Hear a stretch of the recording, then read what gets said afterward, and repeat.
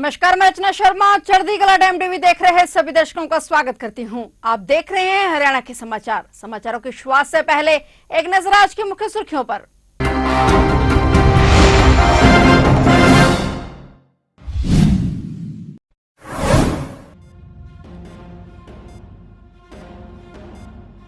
अब खुलेगा 5 माह से बंद हुआ शंभू बॉर्डर। पंजाब हरियाणा हाईकोर्ट ने हरियाणा सरकार को दिया आदेश। एक हफ्ते में शंभू बॉर्डर खोलने के आदेश।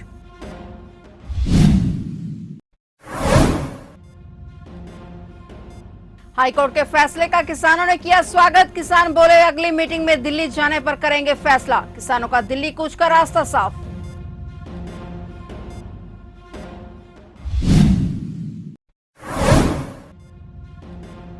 राष्ट्रपति द्रौपदी मुर्मू का 22 जुलाई को हरियाणा दौरा। हकेमी के 10वें दीक्षांत समारोह में करेंगी शिरकत। राष्ट्रपति द्रौपदी मुर्मू होंगी मुख्य अतिथि।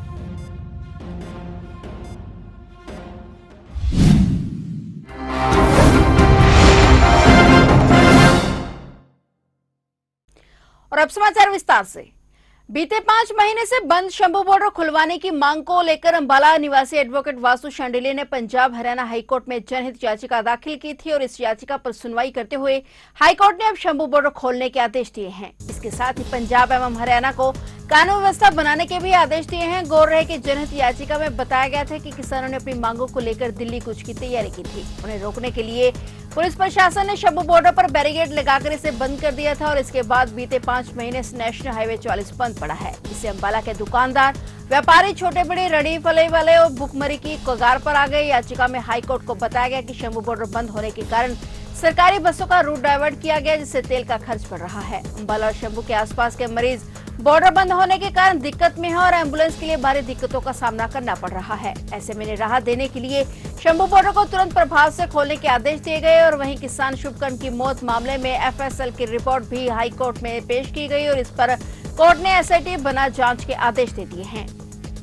एक का राइट है वो अपना पीसफुल प्रोटेस्ट एट ए डेजिग्नेटेड प्लेस कर सकता है, लेकिन हाईवेज को बंद नहीं किया जा सकता। जी। तो फिर हमने ऑनरेबल कोर्ट के आगे रखा है कि ये पंजाब की तरफ बैठे हैं। पंजाब गवर्नमेंट इनको वहाँ से एक डेजिग्नेटेड प्लेस के लिए उठाएं। हम साथ ही साथ ही अपनी बैरिकेडिंग हटा देंगे, बिकॉज लॉ एंड ऑर्डर हमने मेंटेन करना है। तो ऑनरेबल कोर्ट ने पंजाब सरकार, हरियाणा सरकार दोनों को ही निर्देश दिए हैं। हरियाणा सरकार को ये निर्देश दिया है कि आप 7 दिन में ये बैरिकेडिंग हटाओगे। अगर कोई लॉ एंड ऑर्डर प्रॉब्लम आएगी तो उसके लिए आपको परमिशन है। Whatever preventive actions you want to take आप ले सकते हो। ऐसी ही सिमिलर डायरेक्शंस पंजाब गवर्नमेंट को दी गई है कि वो भी लॉ एंड ऑर्डर मेंटेन करेंगे और अगर उनकी तरफ भी कोई बैरिकेडिंग है उसको भी हटाएंगे।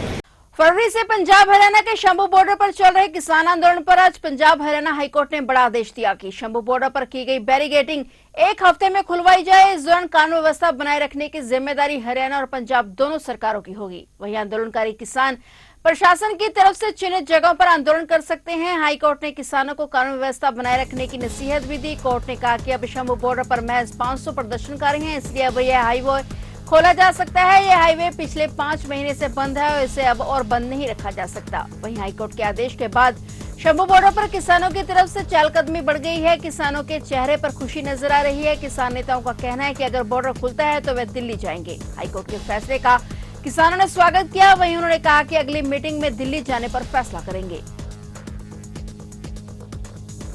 राष्ट्रपति द्रौपदी मुर्मू 22 जुलाई को हरियाणा दौरे पर आ रही हैं। राष्ट्रपति मुर्मू इस दौरान हकेमी के 10वें दीक्षांत समारोह में शिरकत करेंगी। राष्ट्रपति द्रौपदी मुर्मू मुख्य अतिथि के रूप में कार्यक्रम में शिरकत करेंगी। हरियाणा केंद्रीय विश्वविद्यालय हकेमी का 10वां दीक्षांत समारोह आगामी 22 जुलाई को आयोजित किया जाएगा। इस अवसर पर भारत की राष्ट्रपति और विश्वविद्यालय की कुलाध्यक्ष द्रौपदी मुर्मू बतौर मुख्य अतिथि दीक्षांत समारोह में उपस्थित रहेंगी। दीक्षांत समारोह में 1338 विद्यार्थियों और शोधार्थियों को पीएचडी, एमफिल, स्नातक व स्नातकोत्तर की डिग्री प्रदान की जाएगी। दीक्षांत समारोह की तैयारियों को अंतिम रूप दिया गया है।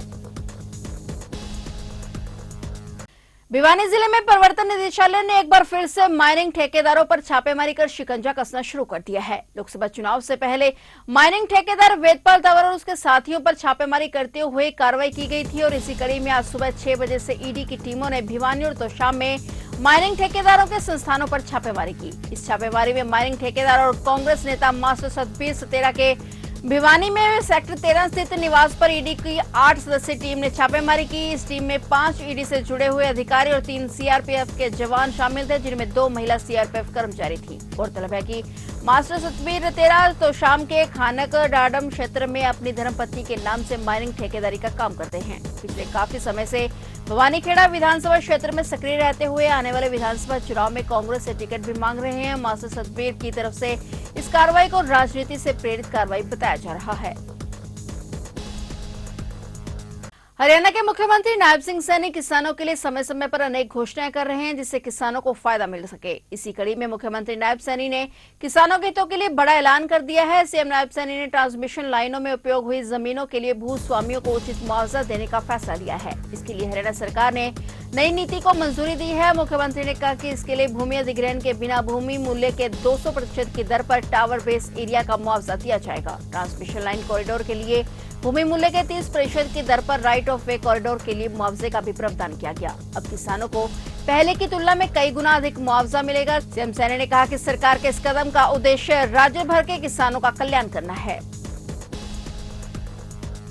कैथल के गांव ग्योंग निवासी गैंगस्टर सुरेंद्र ग्योंग का भाई कुख्यात बदमाश जोगिंदर ग्योंग फिलीपींस में गिरफ्तार किया गया है। मिली जानकारी के मुताबिक फिलीपींस में जोगिंदर और साल 2022 से नकली पहचान बनाकर बिजनेस कर रहा था। जोगिंदर ग्योंग पर हरियाणा, पंजाब, दिल्ली व उत्तर प्रदेश सहित कई राज्यों में हत्या, फिरौती सहित कई जघन्य अपराधों के मुकदमे दर्ज हैं। इसका बड़ा भाई सुरेंद्र ग्योंग को साल 2018 को करनाल और कैथल पुलिस के संयुक्त ऑपरेशन के तहत करनाल के गांव राड़ा हुए एनकाउंटर में मार गिराया गया था। सरकारी एजेंसी आरोपी को जल्द भारत लाने की तैयारी में जुट गई है। बता दें कि अपने भाई सुरेंद्र ग्योंग के एनकाउंटर के बाद जोगिंदर ने करनाल के एक युवक जयदेव शर्मा की हत्या की थी। जोगिंदर को शक था कि सुरेंद्र ग्योंग का एनकाउंटर जयदेव के मुखबरी के चलते पुलिस ने किया था और इसी तरह से पानीपत में उसने एक व्यक्ति की हत्या को अंजाम दिया। उस पर पुलिस ने एक मामले में 1 लाख रुपए का इनाम रखा था। उसे कांग्रेस के राष्ट्रीय महासचिव रणदीप सिंह सुरजेवाला को भी जान से मारने की धमकी दी थी। कैथल सीआईए पुलिस के मुताबिक उन्हें इंटरनेट से ही जोगिंदर ग्योंग के पकड़े जाने की जानकारी मिली है।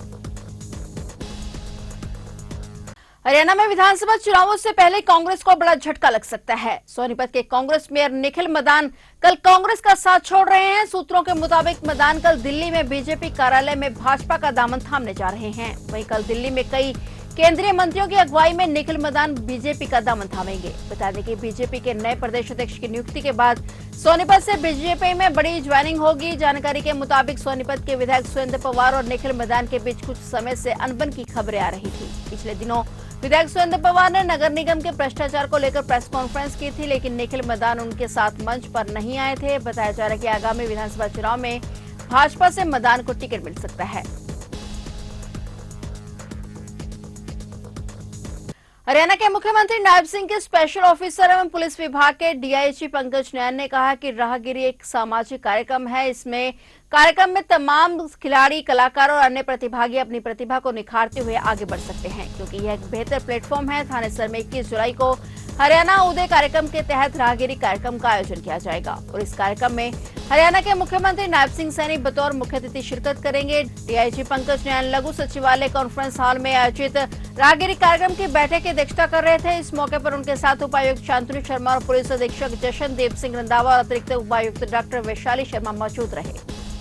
राहगिरी का हमारा प्रोग्राम जो एक सामाजिक प्रोग्राम है, ये कुरुक्षेत्र में होने जा रहा है। 14 तारीख को ये प्रोग्राम अम्बाला में है और 21 को कुरुक्षेत्र में है, जिसमें आदरणीय मुख्यमंत्री साहब जी यहाँ पर आएंगे।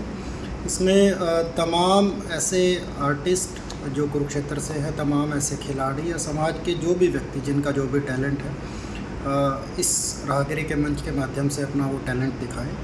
तमाम जनता से, कुरुक्षेत्र की जनता से मैं अनुरोध करता हूँ कि भारी संख्या में इसमें बढ़ चढ़ कर पार्टिसिपेट करें। ये आपका अपना प्रोग्राम है, आएँ और एंजॉय करें। लगभग 20 साल बाद एक बार फिर अम्बाला में लोकल रूट बसों का संचालन शुरू हो गया है। नोवेल्टी से शुरू होकर अम्बाला शहर होते हुए बस कैंट आएगी और इन बसों का आम जनता भरपूर लाभ उठा रही है। सुबह के समय ज्यादा विद्यार्थी अपने शिक्षण संस्थान तक पहुंचने के लिए इन बसों का उपयोग करते हैं। आने जाने वाले समय में और रूट पर इन बसों के चलने की उम्मीद जताई जा रही है। वहीं बाजारों के जाम को ध्यान में रखते हुए फिलहाल मिनी बस चलाई गई है। हमने नोवेल्टी से लेके अम्बाला कैंट तक बस चलाई है। सुबह नोवेल्टी से चलती है, अम्बाड़ा कैंट आएगी, अम्बाड़ा कैंट से अम्बाड़ा शहर होते हुए फिर नोवेल्टी जाएगी। ऐसे ही 8 चक्कर लगाएगी 4 बार जाएगी नोवेल्टी और 4 बार वापस आएगी, जिससे यात्रियों को बड़ा फ़ायदा होगा। यात्रियों के मांग अनुसार चलाइए।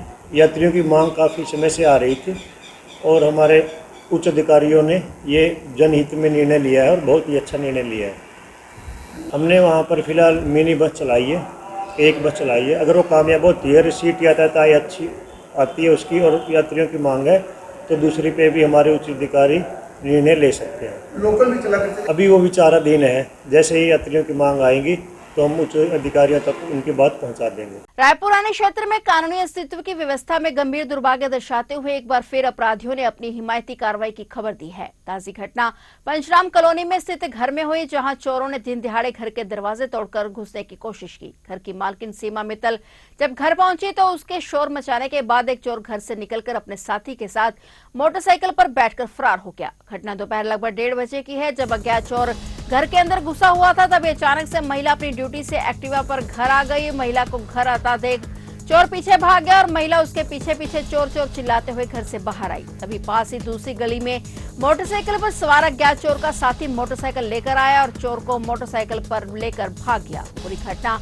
पड़ोस के घर में लगे सीसीटीवी कैमरे में कैद हो गई। वहीं रायपुरानी थाना प्रबंधक का कहना है कि इस वारदात में अभी तक कोई शिकायत उनके पास दर्ज नहीं हुई है। मैं स्कूल से आई, 1:20-25 पे आई। मैंने बाहर का, जैसे एक्टिवा पे आते हैं, आई। मैंने बाहर का ताला खोला। जैसे ही मैंने अपने यहाँ पर अंदर एंट्री करी तो उसी टाइम आवाज़ आई मुझे। जब मैंने देखा तो चोर बाहर निकल रहा था। वो सरदार जी थे और उन्होंने ब्लू कलर की शर्ट डाली हुई थी और जीन्स थी, हाथ में उनके बैग था। तो वो बाहर निकले। मैंने बोला कौन? तो मैंने बोला चोर। कहते हैं अब चुप हो गए। मैंने कुछ लिया मेरा? मैं बाहर तक गई। मैंने निकलो यहाँ से। वहाँ बाहर तक नहीं, मैंने कुछ लिया मेरा? कहते नहीं मैंने नहीं लिया। फिर वो बाहर तक चले गए। मैं निकलो यहाँ से। मैं उनके पीछे पीछे गई। उसके बाद मैंने उनको आवाज़ें मारी चोर चोर चोर। देखा तो बाइक पे कोई बंदा और आया और उनको बिठा के ले गया। तो ये थे हरियाणा के समाचार, और नए समाचारों के साथ फिर से हाजिर होंगे। तब तक के लिए देखते रहिए चढ़ती कला टाइम टीवी और मुझे दीजिए इजाजत। धन्यवाद।